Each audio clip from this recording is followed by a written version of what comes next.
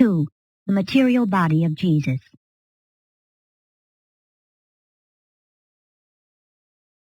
At 10 minutes past 3 o'clock, as the resurrected Jesus fraternized with the assembled Urantia personalities from the 7 mansion worlds of Satania, the chief of archangels, the angels of the resurrection, approached Gabriel and asked for the mortal body of Jesus. Said the chief of the archangels, "We may not participate in the Urantia resurrection of the bestowal experience of Michael our sovereign, but we would have his mortal remains put in our custody for immediate dissolution. We do not propose to employ our technique of dematerialization. We merely wish to invoke the process of accelerated time. It is enough that we have seen the sovereign live and die on Urantia. The hosts of heaven would be spared the memory of enduring the sight of the slow decay of the human form of the Creator and upholder of a universe. In the name of the celestial intelligences of all Nebadan, I ask for a mandate giving me the custody of the mortal body of Jesus of Nazareth and empowering us to proceed with its immediate dissolution." And when Gabriel had conferred with the senior Most High of Edentia, the archangel spokesman for the celestial host was given permission to make such disposition of the physical remains of Jesus as he might determine. After the chief of archangels had been granted this request, he summoned to his assistance many of his fellows, together with a numerous host of the representatives of all orders of celestial personalities, and then, with the aid of the Urantia midwayers, proceeded to take possession of Jesus' physical body. This body of death was a purely material creation. It was physical and literal. It could not be removed from the tomb as the Urantia form of the resurrection had been able to escape the sealed sepulchre. By the aid of certain Urantia auxiliary personalities, the Urantia form can be made at one time as of the spirit so that it can become indifferent to ordinary matter, while at another time it can become discernible and contactable to material beings, such as the mortals of the realm.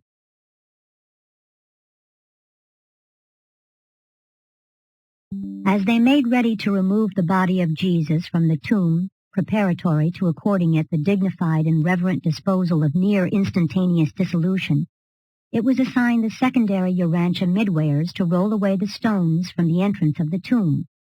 The larger of these 2 stones was a huge circular affair, much like a millstone, and it moved in a groove chiseled out of the rock so that it could be rolled back and forth to open or close the tomb.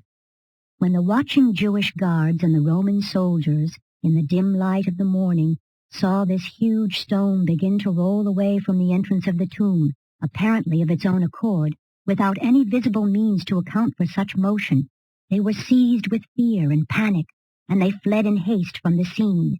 The Jews fled to their homes, afterward going back to report these doings to their captain at the temple. The Romans fled to the fortress of Antonia, and reported what they had seen to the centurion as soon as he arrived on duty.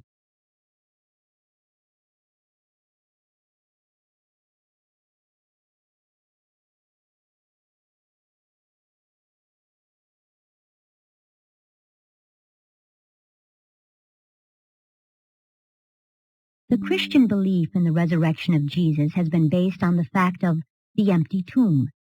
It was indeed a fact that the tomb was empty, but this is not the truth of the resurrection. The tomb was truly empty when the first believers arrived, and this fact, associated with that of the undoubted resurrection of the Master, led to the formulation of a belief which was not true. The teaching that the material and mortal body of Jesus was raised from the grave. Truth having to do with spiritual realities and eternal values cannot always be built up by a combination of apparent facts. Although individual facts may be materially true, it does not follow that the association of a group of facts must necessarily lead to truthful spiritual conclusions. The tomb of Joseph was empty, not because the body of Jesus had been rehabilitated or resurrected, but because the celestial hosts had been granted their request to afford it a special and unique dissolution, a return of the dust to dust, without the intervention of the delays of time and without the operation of the ordinary and visible processes of mortal decay and material corruption.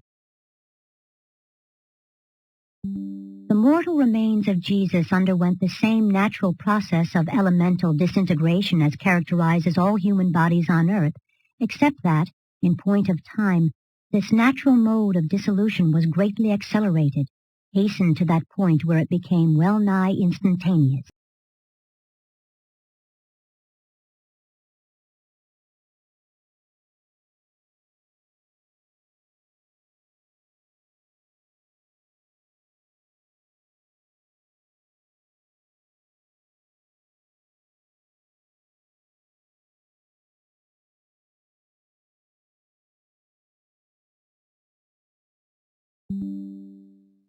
Pilate would make one last appeal to their pity.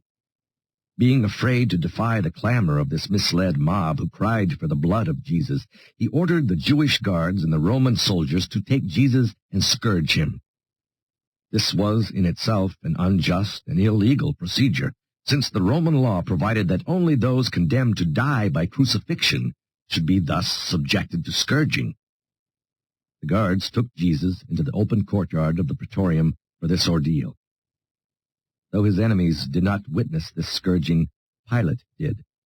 And before they had finished this wicked abuse, he directed the scourgers to desist, and indicated that Jesus should be brought to him.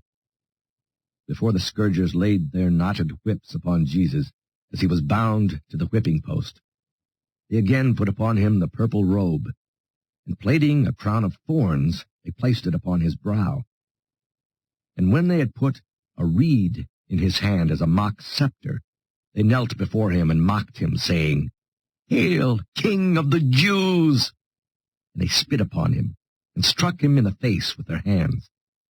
And one of them, before they returned him to Pilate, took the reed from his hand and struck him upon the head.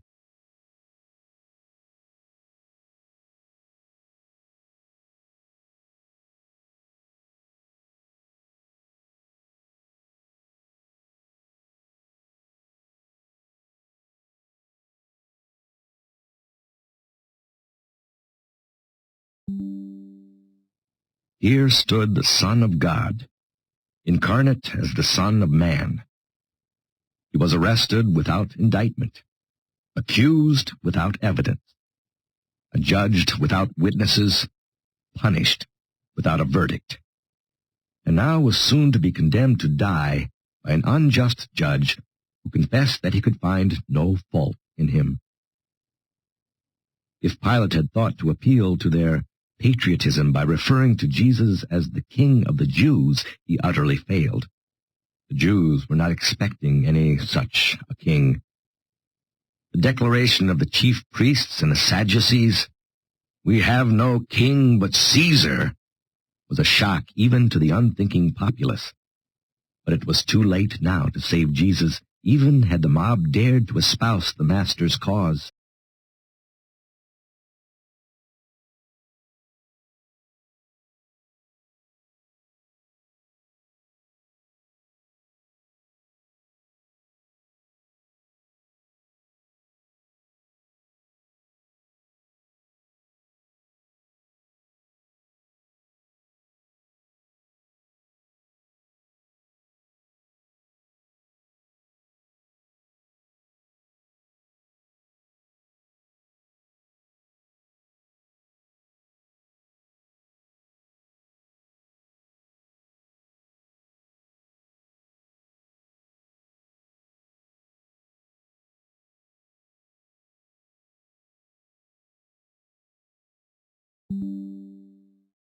In the minds of the mortals of Urantia, that being the name of your world, there exists great confusion respecting the meaning of such terms as God, divinity, and deity. Human beings are still more confused and uncertain about the relationships of the divine personalities designated by these numerous appellations. Because of this conceptual poverty, associated with so much ideational confusion, I have been directed to formulate this introductory statement in explanation of the meanings which should be attached to certain word symbols as they may be hereinafter used in those papers which the Orvanton Corps of Truth Revealers have been authorized to translate into the English language of Urantia.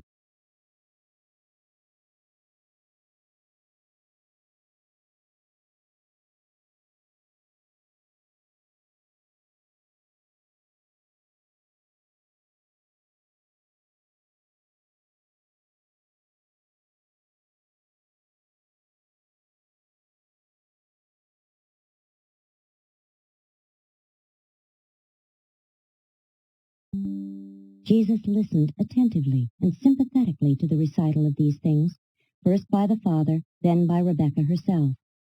He made kindly reply to the effect that no amount of money could take the place of his obligation personally to rear his father's family, to fulfill the most sacred of all human trusts, loyalty to one's own flesh and blood. Rebekah's father was deeply touched by Jesus' words of family devotion and retired from the conference. His only remark to Mary, his wife, was, "We can't have him for a son. He is too noble for us."